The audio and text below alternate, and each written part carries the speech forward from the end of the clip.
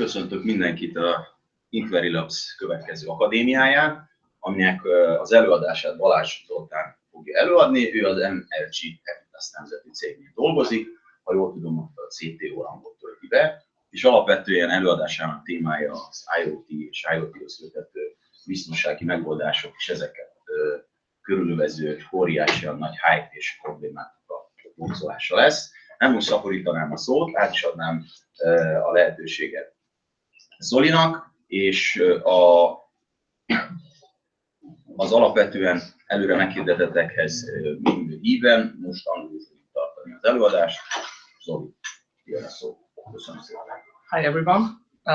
During the following 1 hour, I think I will scare you to the death regarding the security of the IoT devices.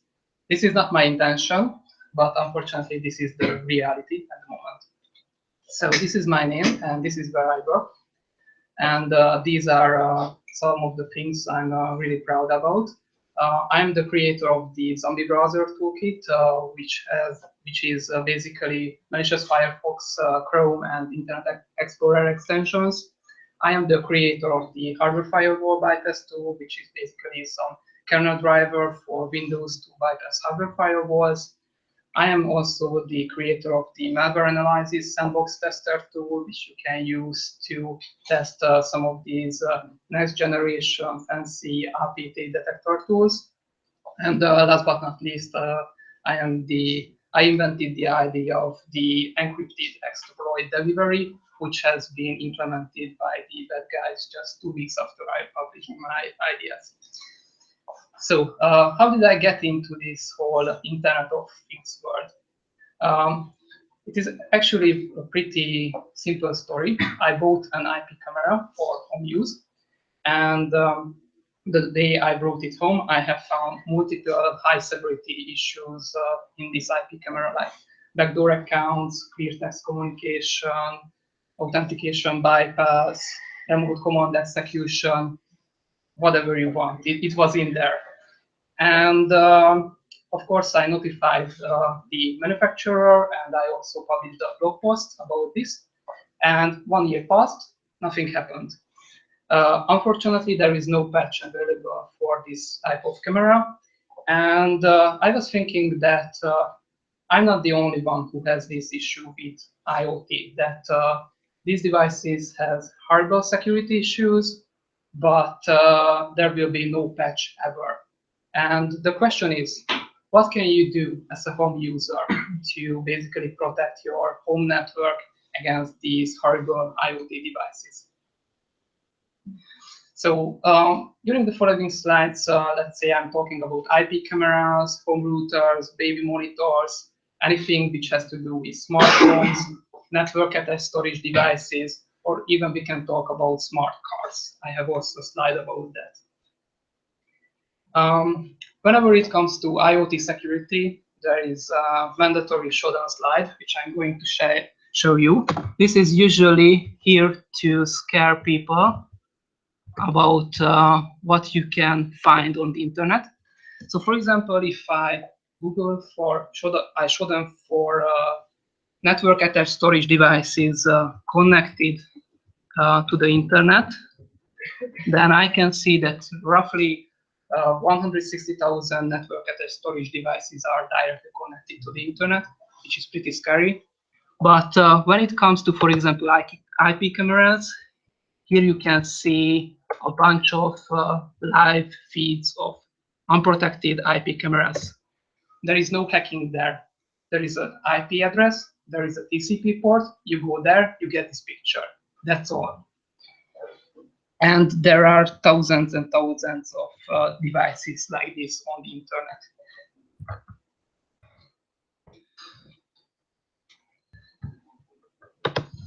All right. During the following presentation, I will assume that for the next 5 or 10 years, the IoT devices which you buy, they will have some very horrible security holes, and you won't receive any patches at all for these devices. You might be lucky that some of them will get patches, and I know that some of you are tech savvy enough to deploy these patches, but if you think about home users, they will never ever update their home routers, for example. And also for this presentation, I assume that the IoT device is not intentionally malicious, but we have seen in the past that this is not always the case. Okay, the slides will be basically built upon the idea of IoT security excuses.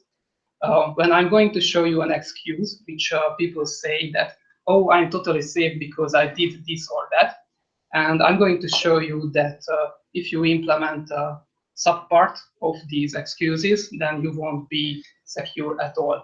But at the end of the presentation, I will list everything which I know how to secure your home environment. And if you implement everything, then you will be okay. First, I am totally safe because I have changed the passwords on all of my IoT devices.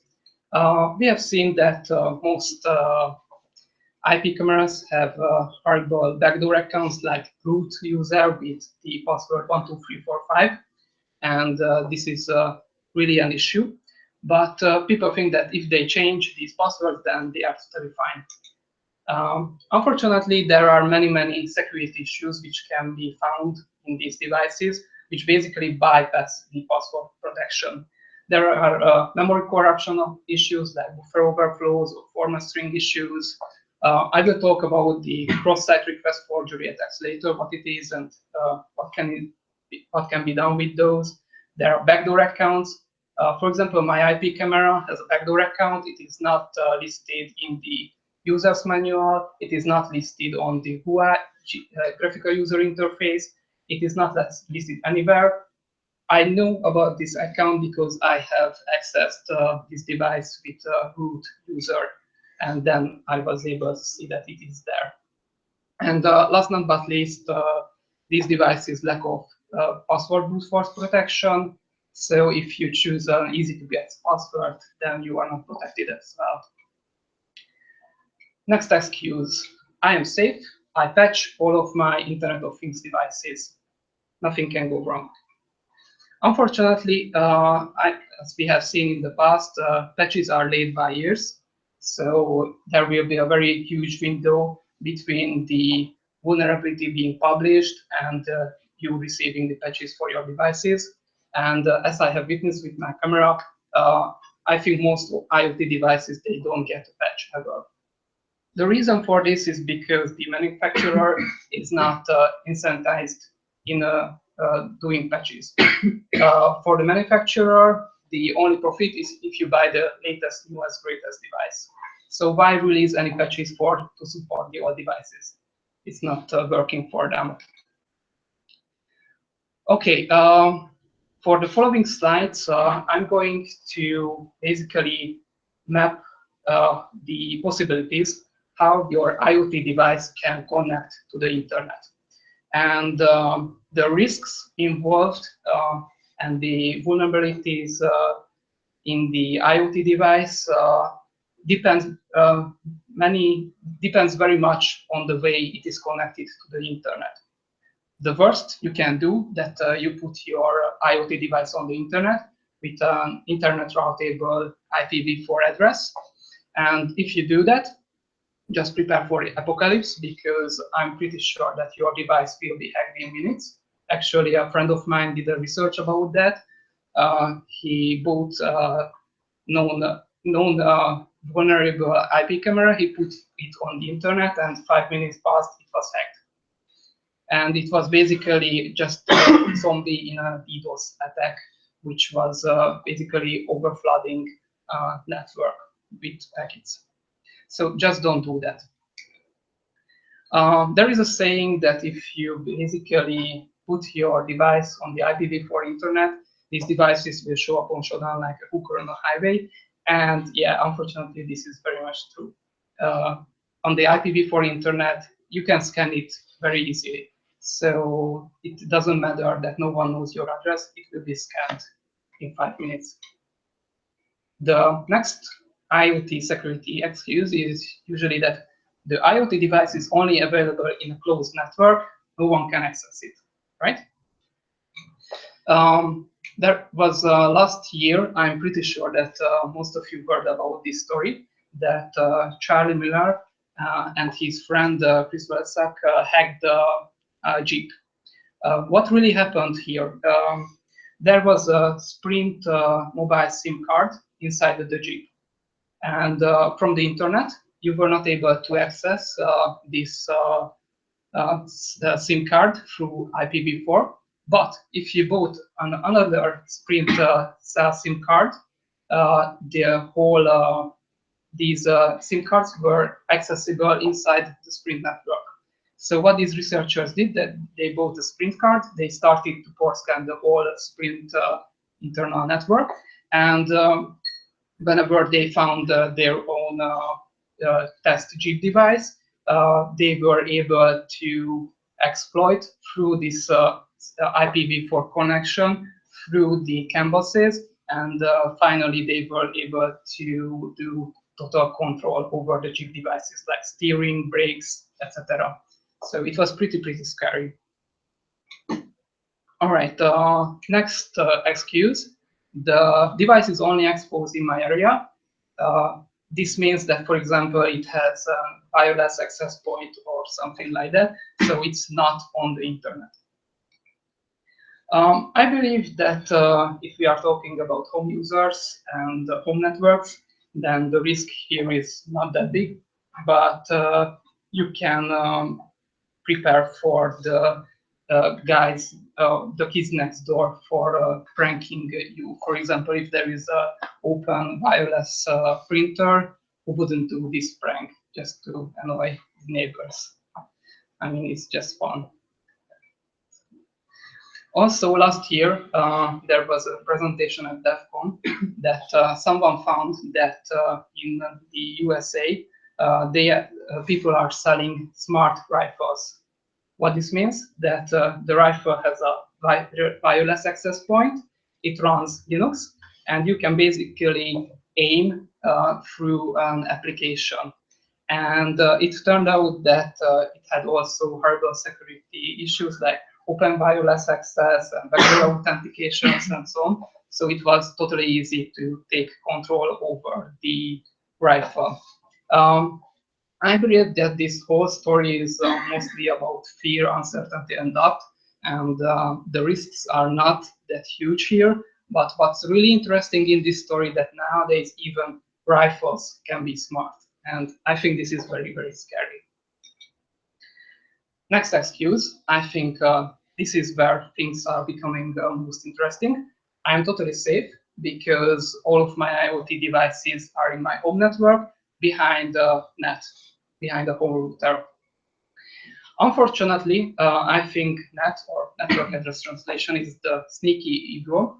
We know that it has been implemented more or less because the companies were running out of IPv4 addresses, and this was a good way that people were still able to communicate with the internet, but they didn't have any internet routable IPv addresses. Now, there were developers, and their task was that even if the IoT device is behind a home router, the user still has to be able to access this IoT device in order to use it. If you give a task to a developer, what will he do? He will do everything just in order to satisfy these things. So my personal opinion about NAT is that NAT is evil, and I'm really waiting for the world when NAT will go away and we will just have IPv6 internet, but I think this is just way too far at the moment. What can we see? How can NAT be bypassed? I will talk about the following topics in the following slide, like UPnP, IPv6, Teredo, and cloud. How many of you guys heard about UPnP and know what it is? Okay, some of you.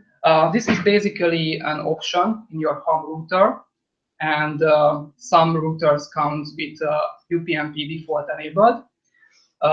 What this really does, that applications on your computer can send packets to your home router in order to open ports from the internet to your machine.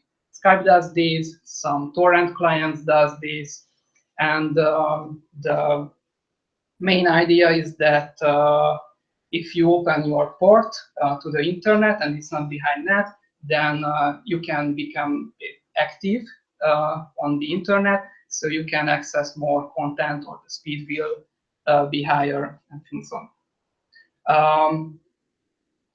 UPnP is bad.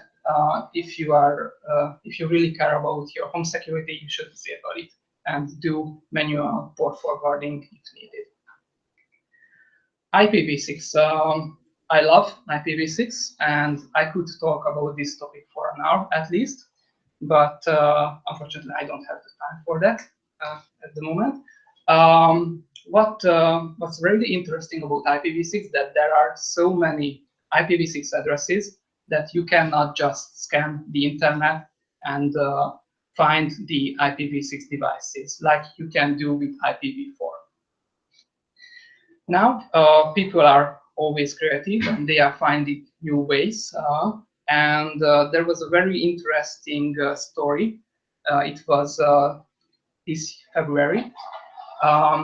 A guy had some IPv6 IoT devices in his home network, and he found on his home firewall logs that his devices has been scanned. And he didn't really understand what's going on, so he started to dig deeper. And it turned out that whenever the IPv6 device is booting, or or periodically it checks for the internet time via the NTP servers. In these devices, there is basically a pool of NTP servers, which it will ask for the current time. And it turned out that some of these NTP servers were root servers, and they were basically logging all the IPv6 addresses of the devices if they were connecting to, and these servers passed these IPv6 addresses to another servers, which quickly started to port scan these IPv6 devices. And in IPv6, there is no net, so these ports, the whole device is basically openly connectable from the internet. So yeah, this was pretty scary. Luckily, these rogue IPv6 NTP servers have been removed from the NTP pool, but yeah, it's very interesting, and I think it really shows the future, what we will see. When we are talking about IPv6, it is very important to see that most operating systems support the so-called private IPv6 address. This means that whenever you start your web browser and start browsing the web via IPv6, you will have a temporary IPv6 address, which is valid usually for 1 day only. The problem with using your static IPv6 address that it basically becomes a super cookie, so websites can track you. So that was the idea behind private IPv6. But if you look at the current ad networks and tracking cookies and tracking sites, it is very easy to see that I'm sure that there will be a market to trade these private IPv6 addresses, which can basically used as short lifespan cookies to track people. And in the end, I'm pretty sure that these IPv6 addresses will also be sold to the bad guys. It's again interesting to see that on the IPv6 internet, in order to communicate, your device has to be reachable via ICMP. And if there is any vulnerability in your network stack, then you will become vulnerable, which is not the case with NET, actually. The following points mostly refer to enterprises and not to home networks, but I think these things will blur maybe in the future, so these techniques can be also used for scanning home networks. When I told you that it is not possible to scan the whole IPv6 internet, that is true, but there are some IPv6 addresses which are more common than the others. People don't use just random addresses. They like to recognize the IPv6 addresses, so they use like their IPv6 prefix and then a constant small number like 1, 2, 3, 4, 5, or they can map IPv4 addresses, or they can map service ports, or they can use some funny hexanames just to be easily guessable, have easily guessable IPv6 addresses. You can also use reverse DNS enumeration, zone transfer, DNS sec chain walls, DNS brute forcing, and so on, in order to enumerate through the DNS the IPv6 addresses. If you are interested in this topic, I highly recommend Mark van Houwer's IPv6 in Security Revolutions presentation. It is very, very interesting.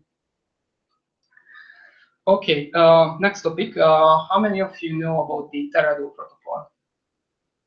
Okay, it is default in, I think, since Windows XP. In almost every Windows device. It is so-called transitioning protocol. So you can access IPv6 servers even if you have only IPv4 connection. The way Teredo works, that you have your notebook at home, for example, and it will ping a Teredo server every, for example, 30 seconds. So there is, this is not a ping, this is a UDP packet. And this will create basically a permanent connection from the client to the Teredo server. Now, if there is an IPv6 peer on the right who wants to communicate with the Teredo client on the left, what you can do that the IPv6 peer is on the IPv6 internet. But there is a special prefix for Teredo addresses, and because of this, all IPv6 packets going to the Teredo clients will hit a special Teredo relay. This Teredo relay will connect the Teredo server that, hey, here is an IPv6 peer who wants to connect to this Teredo client. And because of the deep-alive UDP messages between the client and the server, now the server can connect to the Teredo client, even if he's behind the home router and net. And now the Teredo client knows that it has to connect through the Teredo relay to the IPv6 peer. And now an IPv4 device can communicate with the IPv6 peer, even if then the IPv6 peer initiated the connection. So this way, you think I'm behind net, I'm totally secure, but the thing is that you already have an IPv6 address and you can be reached through that.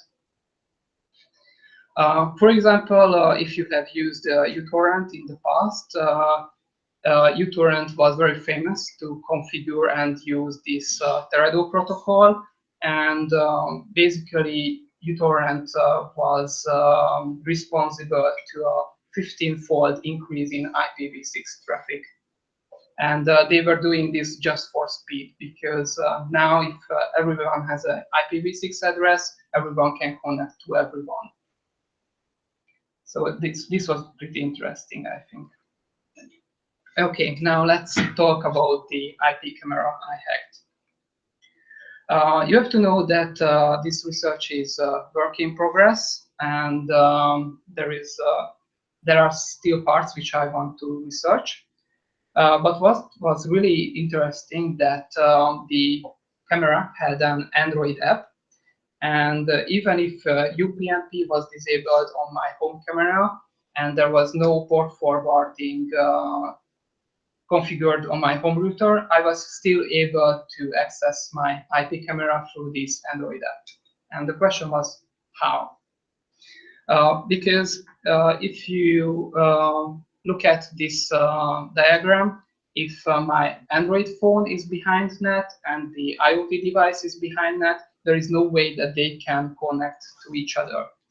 The way most developers solved this issue, that they are using a cloud server, which can basically bootstrap the connection between the Android device and the IoT device.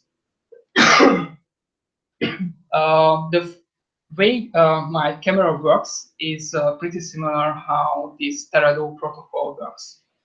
The IP camera on the left is constantly sending UDP packets to a cloud server, which is sometimes in China, sometimes in South Korea.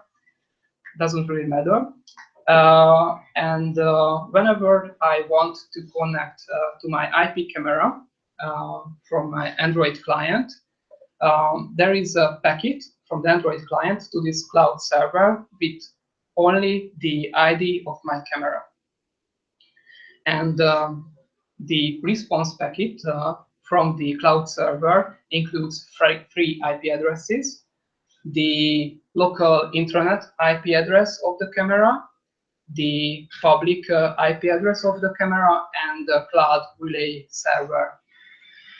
And if the next step is that my Android client tries to connect to the camera first through, if it's on the same home network, intranet, but in this case it won't find it, then it will also try to connect to the public IP address. Let's say because I'm a security guy, I have disabled this connection. But what's really tricky, that while my client is trying to connect to the IP camera, the cloud server also connected to the IP camera. And it can do that because it already has this UDP ongoing communication between the camera and the cloud server. So the cloud server will tell the IP camera that, hey, here is a client from this IP address. Can you try to connect to it?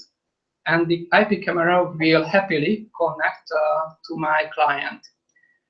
In my research, I have tried to simplify things. So I didn't use the Android client from this point, but I have implemented some Python scripts on one of my servers. And because my server is not behind net, the camera can directly connect to my Python server. And now there is a UDP communication between my Python scripts and the IP camera. Next thing is that I have to authenticate to the IP camera. And unfortunately, the default is that the username is admin and the password is a random generated 4-character, but it's only numbers. So it's pretty easy to brute force it. And whenever you hit the right password, there is no brute force protection. Whenever you hit the right password, you are authenticated to the IP camera. And what's also again interesting, that by default, the Android client is downloading all the configuration from the IP camera in clear text.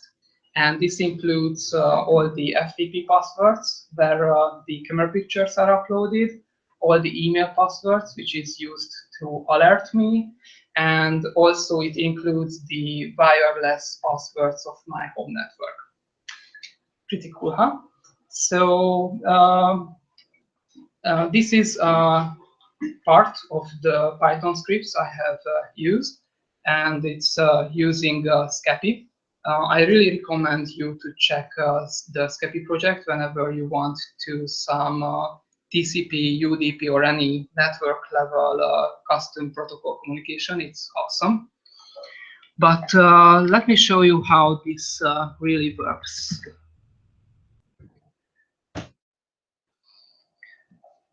So I started my Python scripts, and as you can see, first it communicates with the cloud server, and it sends the camera ID to the cloud server. The next thing what my Python script sees, that it gets a UDP reply from the camera itself.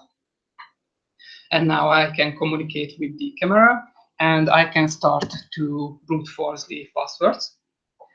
Unfortunately, I didn't have enough time to speed up this hack, so it's a bit slow at the moment.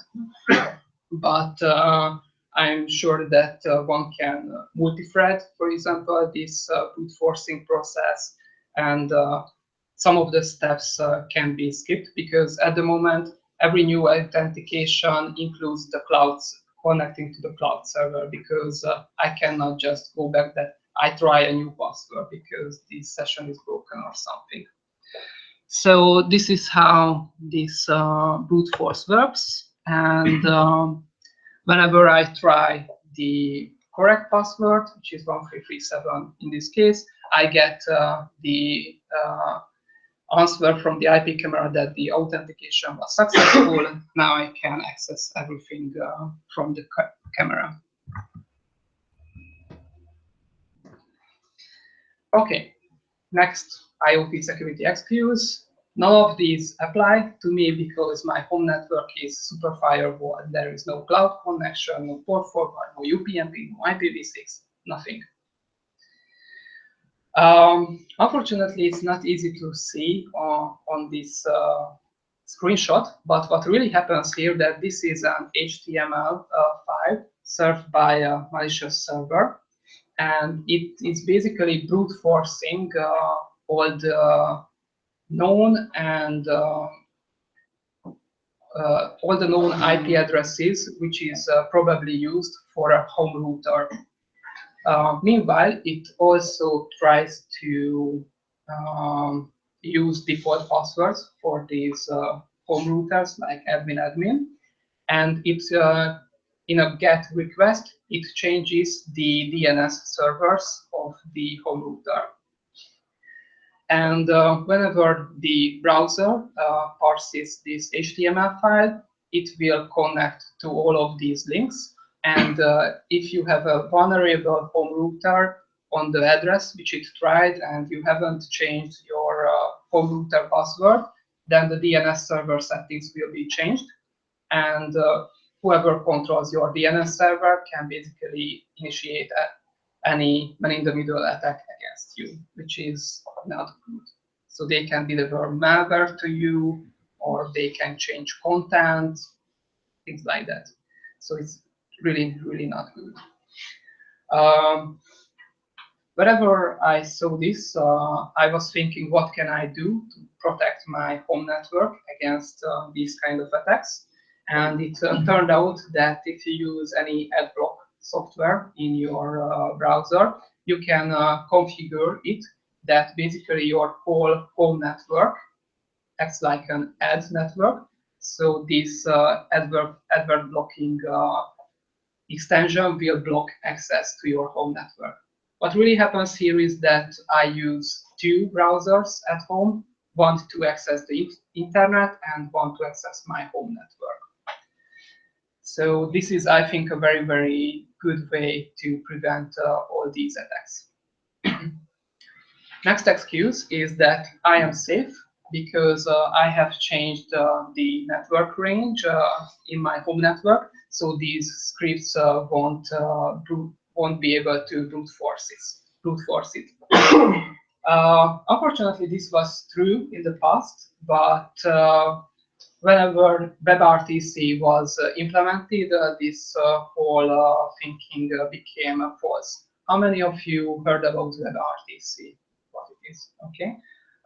WebRTC is a protocol implemented in all modern browsers, and it is web real-time communication.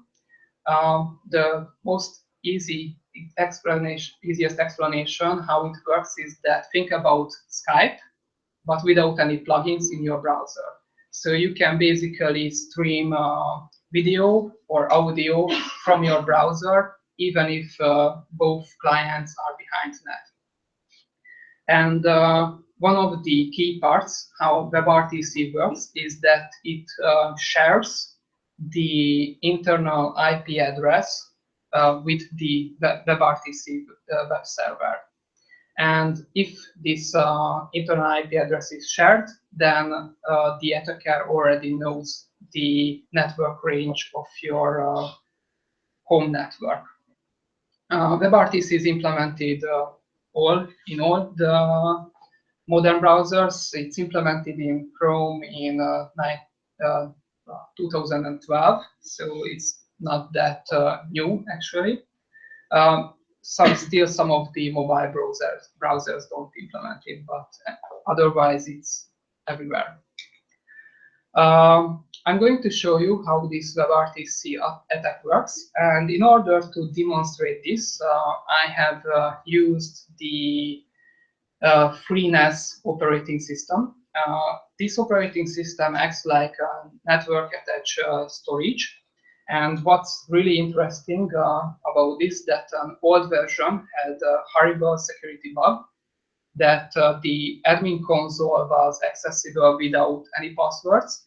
And from the admin console, you were able to access shell commands. So what could possibly go wrong, right? This is the network diagram, how my attack works. I'm the evil attacker, and I'm using this. I'm using the browser exploitation framework called Beef on my attacker server, and this is basically a bunch of JavaScripts. And let's say that I have attacked a popular website with cross-site scripting, so I can inject my JavaScript into this popular website. And the home user visits this popular website. And through the Beef server, I am able to basically attack the IoT device.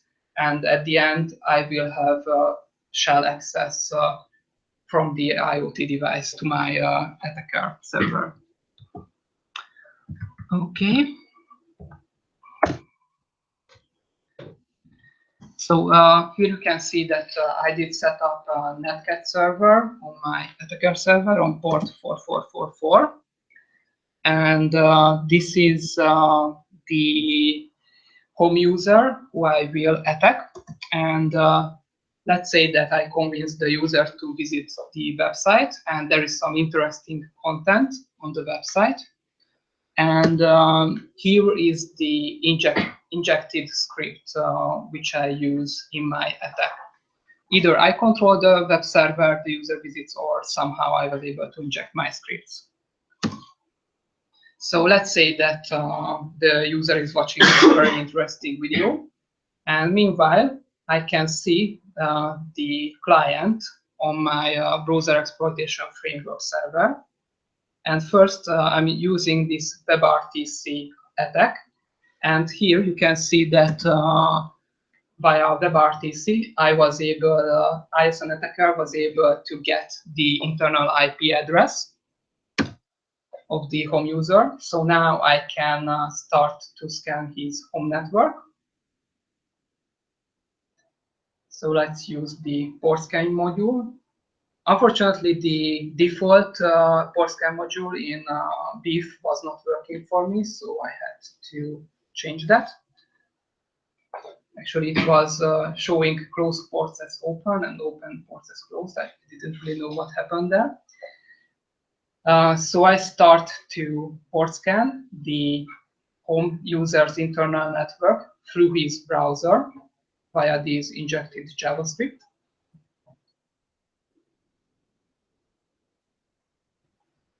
It's a bit slow again, but this can be multi-threaded as well.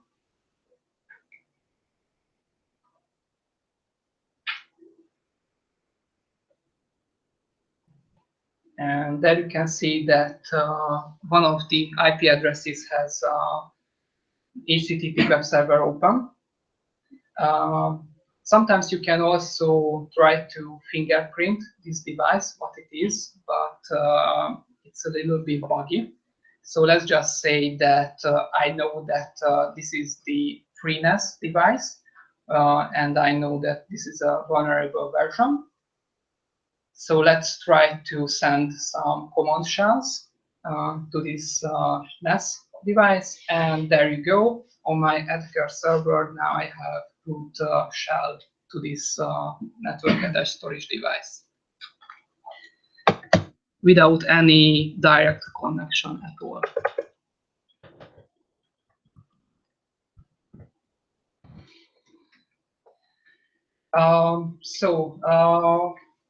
In a utopian or dystopian society, IoT development will be guided like it is secure by design, it is tested for security, and patches are released if security issues are found. Unfortunately, this is not the case at the moment because these devices are only cheap. The only driver from a IoT developer point of view is that they have to be the first on the market. Usually there is some Linux or BusyBox embedded, and it is always very important for the developers to implement a web server or a VNC inside these devices. And they are always broken, they have horrible security issues, and you can access those without any authentication. And this makes me really, really sad. But as I promised, there is hope. So as a home user, you can do many, many things, and you should do many, many things in order to protect your home network against these IoT devices. The first one is one of the most important ones that I think you should disconnect the power cord or remove the batteries from these IoT devices whenever you don't need them. For example, my IP camera is turned off in 95% of the time, and I only turn it on when I leave my home. If there are any patches for the device, you should definitely implement those patches. You should change all the passwords on these devices to complex passwords which you don't use anywhere else. If possible, then you should disable direct inbound connection to your IoT devices, which means that you shouldn't configure port forward rules on your computer if you really don't need them. As I already mentioned, you should disable upnp on your home router. And whenever your home router supports IPv6, then you should implement the same access list for IPv6 as you have implemented for IPv4. For Teredo, I really recommend you to disable it because most people never use it, but it can be a security issue. If you have a lot of time and you like running Wireshark a lot, then you can check your home network and scan for any tunneling protocols. The cross-site scripting, cross-site request forgery attack I have shown, you can be blocked via these ad blocking plugins. I really recommend to use the uBlock Origin because I think it's a lot better than the previous ones like AdBlock Plus. Again, if you have a lot of time, you can regularly scan your home network for new devices. It's pretty funny because when I have moved to a new flat, I was living there for 3 months when I found out that the set-top box was basically a network device and it was a wireless access point as well. And until I have found this out, I was not able to change the passwords on those. So, it was pretty scary. I think you should also dedicate a network for your IoT devices, so you don't mix your laptops and home computers with these IoT devices. For example, you can use an old home router to do that. And also, whenever you have guests or friends or visitors or whatever in your home network, then again you should create a separated network for them. For the WebRTC attack, I highly recommend you to disable WebRTC in your browser. For example, if you use Chrome, which I again really highly recommend, then you can use the WebRTC network limiter extension to disable it. Whenever possible, you should disable the cloud connection from your IoT device to the cloud. But unfortunately, sometimes you cannot do that because if you do that, then your IoT device will become just an expensive brick. So it can be a problem.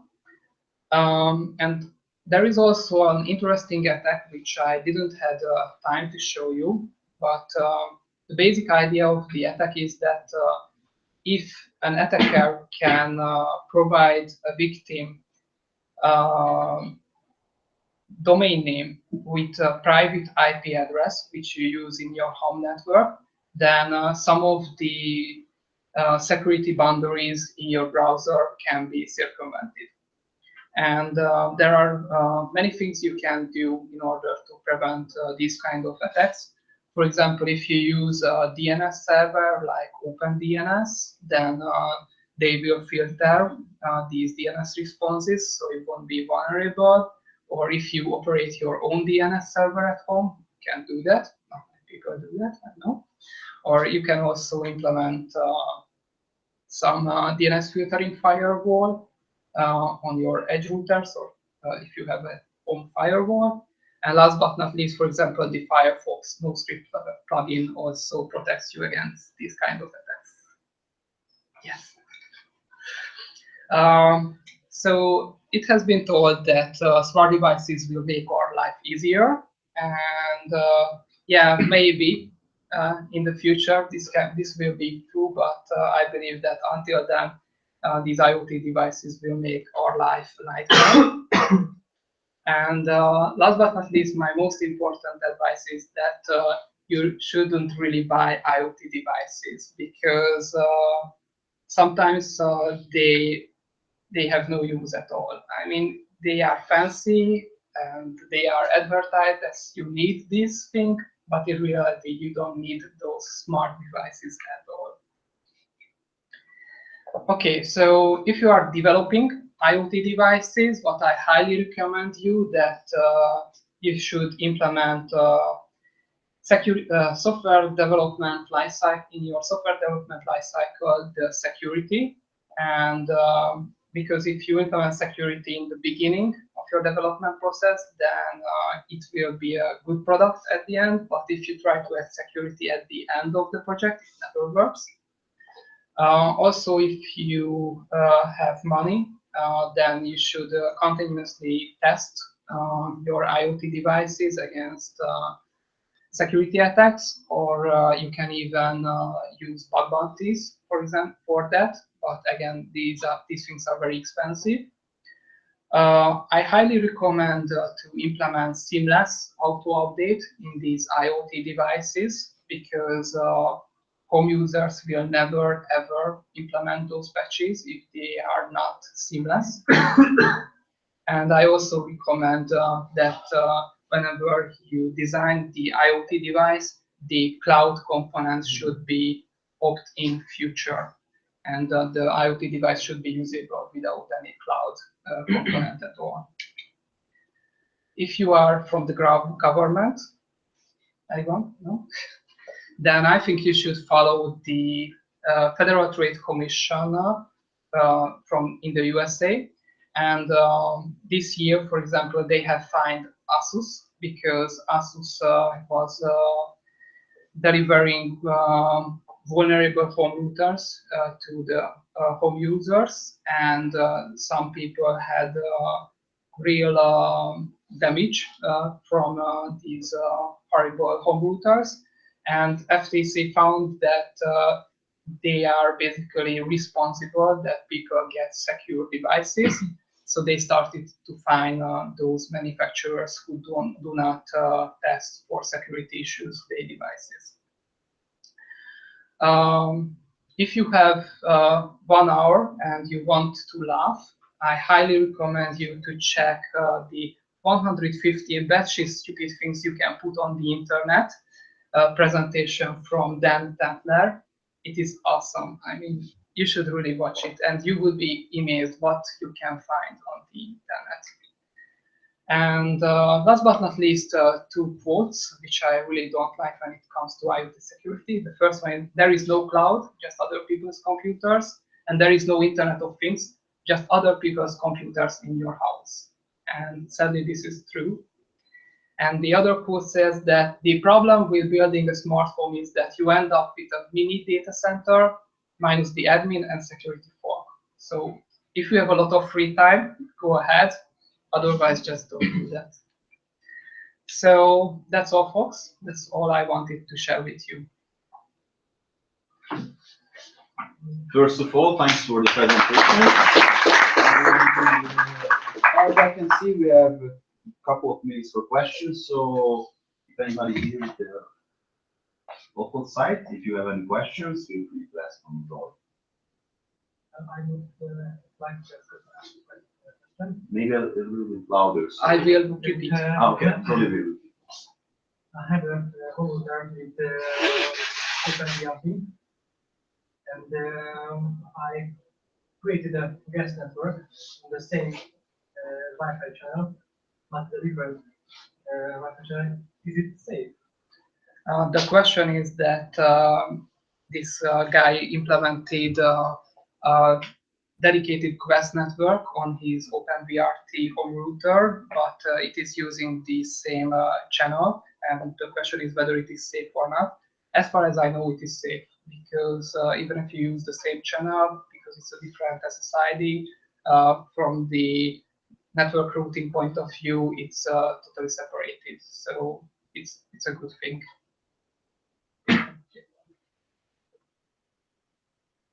Yeah. So you said that you suggest for our developers to add seamless update to their devices, but also you mentioned that we should disable any access for these devices to the internet. So what would be your suggestion? What is there any solution for what would be a safe way to do seamless update in a way that the device can update but others cannot access the device? Yes, I think you should separate things, that it is safe that the device can access the update server and only the update server. That's fine. But meanwhile, it is also important to see that the users should be able to disable cloud connection, which can be a route from the internet to his IoT device. So these things can be separated, I guess. And whenever I mention seamless auto update, it's again important that wherever the user feels so, he should be able to disable it for sure. Yes. Also, together with auto updates, I recall not long ago, auto update for software on OS 10 were found vulnerable because they used the library to perform this auto update, and it wasn't work, and it downloaded wrong software at some point. Yeah. Isn't that a problem here? Yes, the question is what happens when the update process is vulnerable. Unfortunately, nowadays there are still a lot of devices where the update process is vulnerable, but the only way to prevent this is not doing auto updates, but secure the update process. For example, you should use SSL, you should use digital signatures on the new firmware, you should validate the signatures, and so on and so on. So yes, it is very important to check for secure update mechanisms. Thank you. But do you think there will be network providers, routers, for example, UPC? Yeah, the question is, what do I think about the UPC routers? A friend of mine did a research about this this year, and he found basically the same issues as it was seen on index.hu. And yes, it is always an issue that these router manufacturers are implementing new code, but they don't have a software development lifecycle. They don't test for security issues. And at the end, these devices can be owned easily. I mean, if one guy can do a research and in 1 week he can find remote code execution issues, then we have a real problem here, I guess. Your question? You said that many devices have web server or VLC server implemented. Why? Yes. The IoT device. Yes. The question is, why are so many IoT devices equipped with web servers and VNC servers? The honest answer is I have no idea. And if you check the IoT talk from Dan Tantler, then you will have the same question again, but you won't get any answers.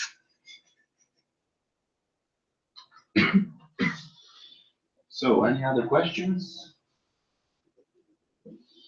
No? So, thank you again for Zoli for his presentation. I think it was something really extraordinary.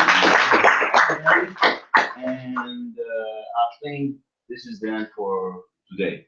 Okay, see you next time.